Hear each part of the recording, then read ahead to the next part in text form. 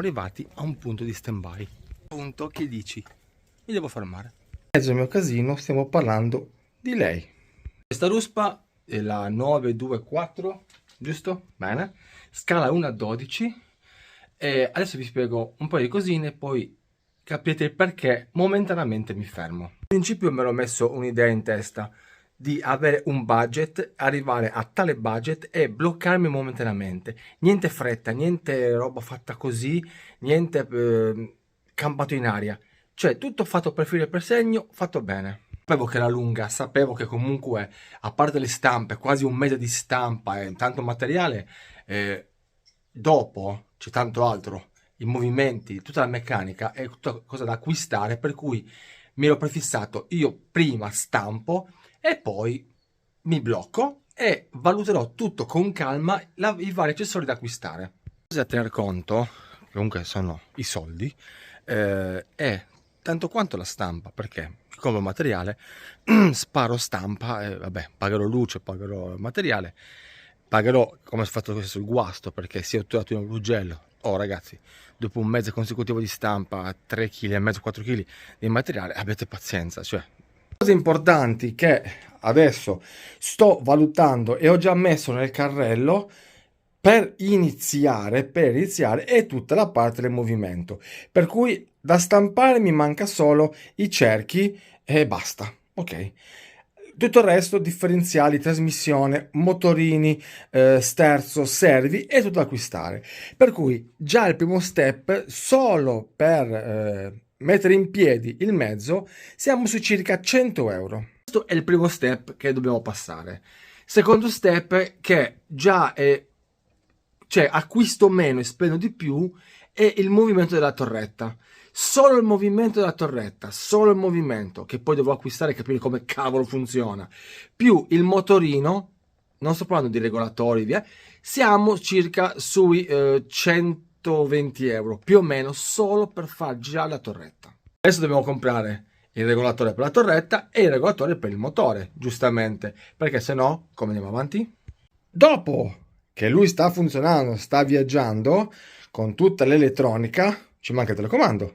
Il telecomando, avendo tanti movimenti, e vi farò vedere quanti sono, converrebbe prendere un 14 canali, 150 euro. Il problema, tra virgolette, di questa ruspa, che a parte avere, la bena, non si fa stampare, ci va in metallo, torniamo a noi, avere un movimento, ok? Il movimento, allora, da qui alla bena, da qui al braccio, e in teoria è finito. No, lui ha un movimento qua e un altro movimento qua. Per cui ho visto questi tipi di bracci fatti in più movimenti, per cui abbiamo i classici movimenti da telecomando più l'inclinazione che sarebbe questa, ok? Per cui questo movimento viene regolato in questo telecomando da due tastini sul joystick, per cui anziché avere i classici 3 canali bugia movimento, allora se parliamo della destra abbiamo avanti e indietro che è un movimento, da sinistra abbiamo la bena, dalla parte sinistra abbiamo il movimento di allungare quella parte del braccio e poi la girata. Qui no, qui ci manca questo movimento qua, che dovremmo avere un canale in più. Ecco il perché parliamo di una radio 14 canali. Tutti questi movimenti hanno bisogno di servi. Si voleva fare idraulico, ma si ha paura che tutte queste parti qui non supportino la parte idraulica. Di conseguenza si farà elettrico, per cui avremo bisogno di 2 pistoncini qua, ok? Uno va qua e uno va qua. Il terzo va qua sotto. Poi abbiamo un pistone qua, un pistone qua. Siamo fermi? No. Abbiamo anche purtroppo la lama davanti che vuole 2 pistoni e gli stabilizzatori dietro 1 e 1 2 che vogliono altri 2 pistoni. Per cui dobbiamo contare, sono 2, 4, 5, 6, 7, 8, 9 se non sbaglio, 9 pistoni, e 9 pistoni vorranno 9 regolatori. Se non sono già pronti, ok? E andrà tutto qua dentro. dovrò far stare tutto qua dentro. Questa è la parte che dovrò dedicarci più tempo, perché dovrò analizzare bene tutti i pistoni, le misure, ok? Tutti i regolatori, o se trovo già pistoni con regolatore interno, e tutto. Per cui qua non so quanto posso spendere. Conseguenza, se voi state già notando, il mio budget è fermo a questo motivo qua. Io ho messo X per stampare, poi basta. Adesso già avevo premesso che questo progetto rimaneva a lungo termine, ok? Non veniva completato subito. Adesso dovrò valutare bene, la scopa qua pesa per pure dentro la piscina, valutare bene tutti i prezzi, per cui io a occhio dovremmo essere 2,50 per farlo muovere col telecomando, metterò altri 200 euro sopra per, penso ragazzi, per far muovere il braccio. Perché dopo tutte queste considerazioni, bugia ragazzi, batteria e carica batteria, perché qua mettiamo l'IPO. Dopo tutte queste considerazioni è normale che ho messo a fondo questo per costruirlo, mi fermerò. Secondo fondo che metterò sarà per terminare, almeno farlo muovere nella parte bassa. Se riesco incomincerò a prendere almeno i pistoncini per sotto, così andiamo a strati. Concluso la stampa, concluderemo la parte sotto, poi andremo su per concludere il braccio, diciamo, per i movimenti. E questo che è stata la mia scelta di dividermi in 3 o 4 step questa costruzione, per non avere fretta, non fare cagate e poi di avere potenza, e poi non devo far sì che io come scavo mi si rompa. Tanto che stavo stampando la bena, mi ha fatto schifo come veniva perché è veramente leggera, stampata al 100%. Io voglio una bena, mi compro la bena in metallo, ecco, tanto alla fine questi sono pieni.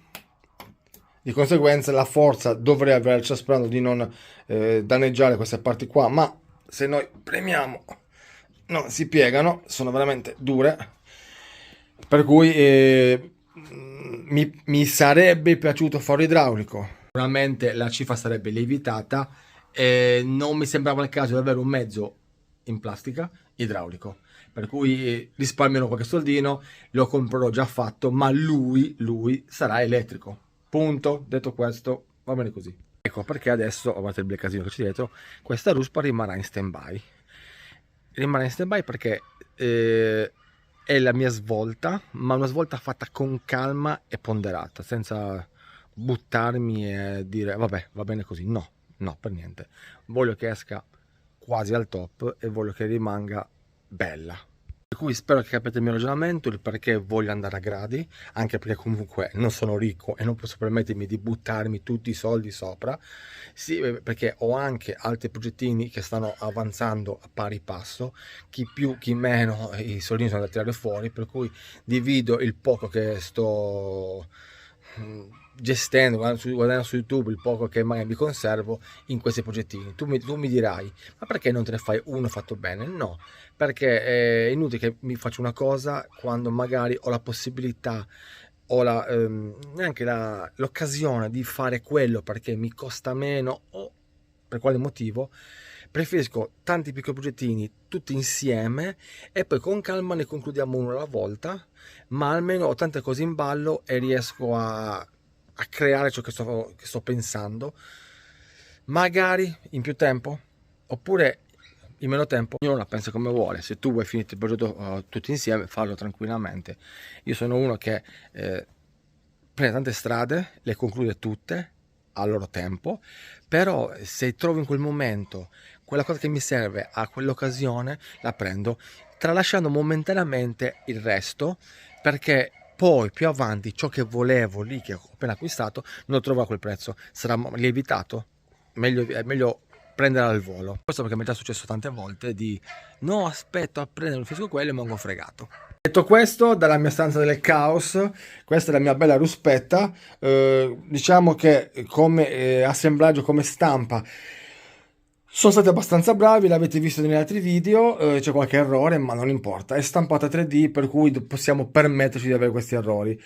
Ragazzi, come avrò qualche pezzo in più vi aggiornerò, andremo avanti, aspetto di finire di sistemare la stampante perché i pezzi mi arrivano tardi, e ricordatevi, iscrivetevi, lasciate un like e commentate. Ciao grandi!